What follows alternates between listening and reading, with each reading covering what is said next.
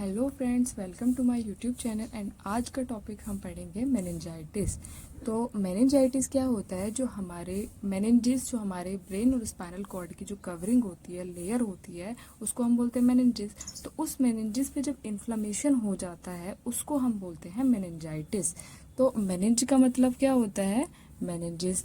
And itis का मतलब क्या होता है? Inflammation.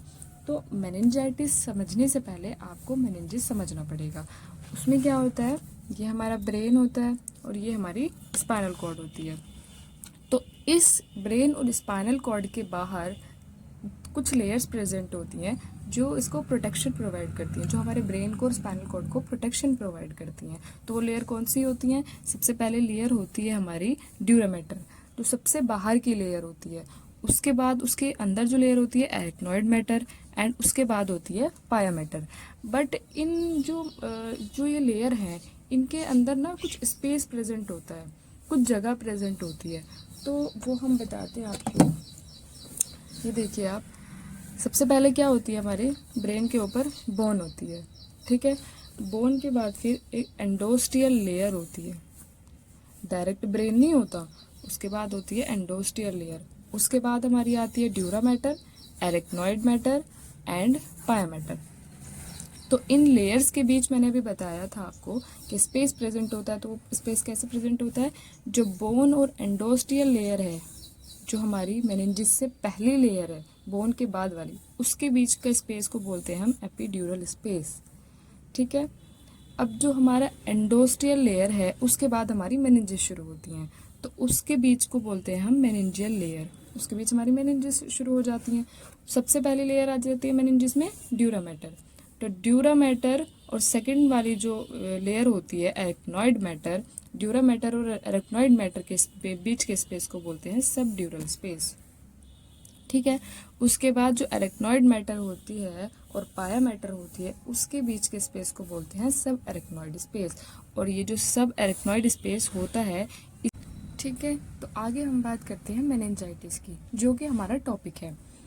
Meningitis is an inflammation of the membrane surrounding of the brain and spinal cord. जैसे मैंने आपको बताया कि मेनिंजिस हमारी ब्रेन और स्पाइनल कॉर्ड के सराउंडिंग में प्रेजेंट होती है, जो इसको हम मेनिंजिस बोलते हैं। उसमें इन्फ्लेमेशन हो जाती है, उसको हम बोलते हैं मेनिंजाइटिस, ठीक है। The inflammation is usually cause by infection of the fluid surrounding the brain and spinal cord.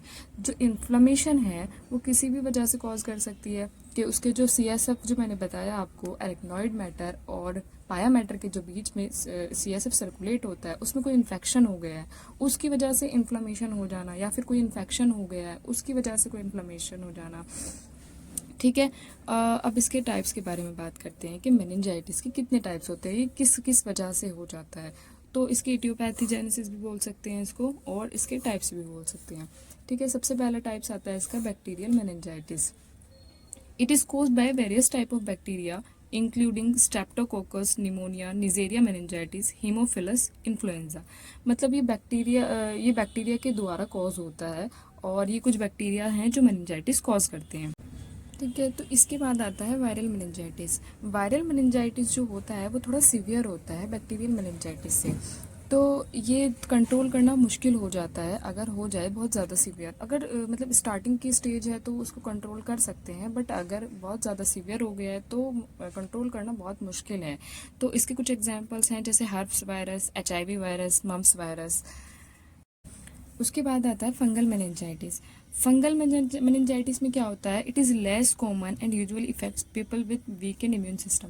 ये लेस कॉमन होता है, मतलब सबसे ज़्यादा तो हमारा वायरल मेनिंजाइटिस सीवियर होता है, उसके बाद हमारा बैक्टीरियल मेनिंजाइटिस होता है, उसके बाद हमारा फंगल आता है। मतलब बहुत ही कम होता है, ये लेस कॉमन होता है, बट ज़्यादातर उनमें देखने को मिलता है जिनकी इम्यूनिटी वीक होती है। It is caused by Cryptococcus histoplasma. ये इन मतलब कुछ फंगल के नाम हैं, उनके द्वारा कॉज होता है। नेक्स्ट आता है parasitic meningitis. It is rare and caused by parasites like Naegleria fowleri, ठीक है। ये जो पैरासाइटिक है वो ये बहुत ही ज़्यादा रेयर होता है, बहुत ज़्यादा कम लोगों में पाया जाता है, और इसका ये एग्जाम्पल है जो कॉज करता है, ठीक है। उसके बाद आता है non infectious meningitis. It is cause by condition like cancer, lupus, certain drugs, head injury, brain surgery वगैरह। ये जो होता है नॉन इन्फेक्शियस मेनिंजाइटिस में क्या होता है, कोई भी इंजरी हो गई है हमारे हेड में, तो उसके थ्रू हमारा बैक्टीरिया अंदर चला जाता है और वो अंदर जाके इन्फेक्शन कॉज कर देता है। ठीक है, उसके बाद हमारा आता है रूट ऑफ ट्रांसमिशन या फिर रूट ऑफ एडमिनिस्ट्रेशन, कि हमारा जो बैक्टीरिया है, जो हमारे वायरस है, वो किस तरह से हमारी बॉडी में एंटर कर रहे हैं, क्या उनका रूट है वो। तो सबसे पहला रूट होता है हमारा ब्लड स्ट्रीम। ब्लड स्ट्रीम के थ्रू एंटर कर जाते हैं, लेकिन ब्लड स्ट्रीम में वो डायरेक्ट तो नहीं जा रहे, किसी वजह से जा रहे हैं, या तो कोई इंजरी हो गई है या तो कोई पैथोलॉजी हो गई है, उसकी वजह से वो ब्लड स्ट्रीम में एंटर कर रहे हैं। उसके बाद होता है सीएसएफ के थ्रू। सीएसएफ के थ्रू वो चले जा सकते हैं, अंदर जा सकते हैं बिल्कुल।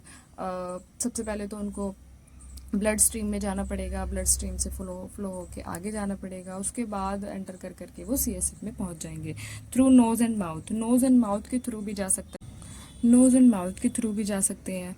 ठीक है, थ्रू यूट्रो, यूरिनरी पैसेज, मतलब यूरिनरी पैसेज के थ्रू भी जा सकते हैं। Cross then BBB. बीबीबी क्या होता है, अब ये ब्लड ब्रेन बैरियर, इसको हम बोलते हैं बीबीबी। नेक्स्ट हमारी आती है पैथोफिजियोलॉजी, कि हमारा मेनिंजाइटिस कैसे कैसे कॉज हो रहा है।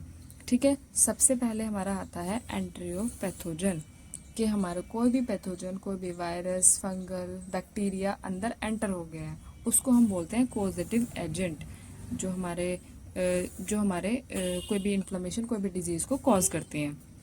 ठीक है, अब कॉजेटिव एजेंट आ गया है, उसके बाद वो ब्लड स्ट्रीम में एंटर हो गया, उसके बाद वो क्रॉस बीबीबी, मैंने अभी बताया ब्लड ब्रेन बैरियर, वो हमारे बीबीबी को क्रॉस कर देते हैं। अगर वो बीबीबी को क्रॉस नहीं करते हैं तो वो इतना सीवियर नहीं हो सकता, उसको कंट्रोल किया जा सकता है, लेकिन अगर वो बीबीबी को क्रॉस करके अंदर चले जाएं तो फिर वो सीवियर हो जाता है। ठीक है, spread from near by infected structure, इसके बाद वो नियर बाय जो इन्फेक्टेड स्ट्रक्चर है, कहीं भी कोई ट्रॉमा हुआ है, कोई इंजरी हुई है, कोई डिजीज़ है, कोई पैथोलॉजी है, उसमें जाके वो स्प्रेड कर जाते हैं, क्योंकि वहाँ की इम्यूनिटी, वहाँ का टिश्यू, वहाँ के पहले से सब कुछ वीक हुआ पड़ा है, तो उसकी वजह से वो वहाँ पर आसानी से स्प्रेड हो जाते हैं। उसके बाद जो हमारा इम्यून रिस्पॉन्स है वो इन्फ्लामेटरी रिस्पॉन्स देना शुरू कर देता है, क्योंकि जो हमारा बैक्टीरिया है, जो हमारा फंगल है, वायरस है, उसने अंदर एंट्री कर दी है, बीबीबी को क्रॉस कर दिया है, तो क्या होगा, अब इन्फ्लामेशन शुरू हो जाएगी। तो उसके बाद हमारा आता है इन्फ्लामेटरी रिस्पॉन्स। तो इन्फ्लामेटरी रिस्पॉन्स में क्या होता है, इम्यून रिस्पॉन्स ट्रिगर्स इन्फ्लामेशन इन मेनिंजेस। तो इम्यून रिस्पॉन्स, हमारा जो इम्यून सिस्टम है वो इम्यून रिस्पॉन्स देने लगता है, जो मेनिंजेस को इन्फ्लामेशन कराता है। ठीक है, उसके बाद हमारे हो जाती है इंक्रीज परमेबिलिटी ऑफ बीबीबी। जो बीबीबी है उसकी परमेबिलिटी इंक्रीज होने लगती है, और then exudation of protein WBC and other inflammatory mediators into CSF। CSF के अंदर जो इन्फ्लामेटरी मीडिएटर्स होते हैं, जैसे WBC हो गए, और भी बहुत सारे जो इन्फ्लामेटरी मीडिएटर्स होते हैं, वो उनका एक्सुडेशन हो जाता है, फिर वो नहीं रोक सकते उसको।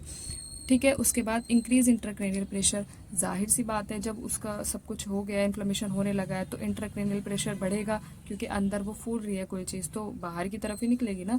फिर उसके बाद उसमें हो जाता है oedema, swelling of brain tissue. जो ब्रेन टिश्यू होते हैं उनमें एडीमा होने लगता है, स्वेलिंग होने लगता है, और disruption of CSF flow and absorption. जो CSF का जो एब्जॉर्प्शन होता है ब्रेन के अंदर, वो रुक जाता है, जिसकी वजह से और ज़्यादा इन्फ्लेमेशन होगी। Potential herniation and brain damage, उसके बाद हर्निएशन होने लगता है ब्रेन में, या तो बहुत ज़्यादा वो फूलने लगता है, या फिर ब्रेन डैमेज हो जाता है। ठीक है, अब हमने देखा पैथोजेनेसिस।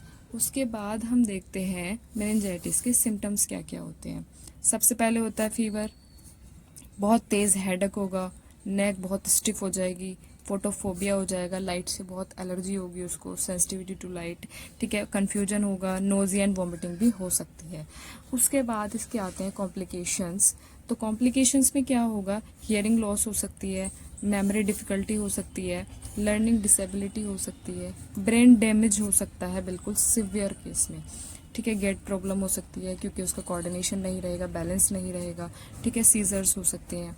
उसके बाद हम मेनिंजाइटिस को कैसे डायग्नोज कर सकते हैं। सबसे पहला हम कर सकते हैं लंबार पंक्चर के through. MRI, CT scan, CVC, blood culture. Lumbar puncture में क्या होता है, जो हमारा लंबार रीजन होता है वहाँ से CSF फ्लूइड को निकाला जाता है, उसके बाद उसका डायग्नोस किया जाता है। ठीक है, अब आता है हमारा मैनेजमेंट या फिर ट्रीटमेंट। इसका क्या हो सकता है, इसमें जो हमारा बहुत सारी ड्रग्स चलती हैं, वैक्सीनेशन भी होता है। तो अगर हमारा मेनिंजाइटिस बैक्टीरिया ने कॉज किया है तो हम एंटीबायोटिक ड्रग देंगे, वायरस ने कॉज किया है तो एंटीवायरल ड्रग्स देंगे, फंगस ने कॉज किया है तो एंटी फंगल ड्रग्स देंगे। इसी तरह अगर पैरासिटिक मेनिंजाइटिस है तो एंटीपायरेटिक देंगे। ठीक है, उसके बाद हमारा आता है वैक्सीनेशन। वैक्सीनेशन में मेनिंजोकोकल वैक्सीन होती है, न्यूमोकोकल होती है, HIV वैक्सीन होती हैं, ये सब हमारे मेनिंजाइटिस के लिए हेल्पफुल होती हैं। ठीक है, वीडियो अगर अच्छी लगी हो तो like, share and comment. Thank you for watching my video.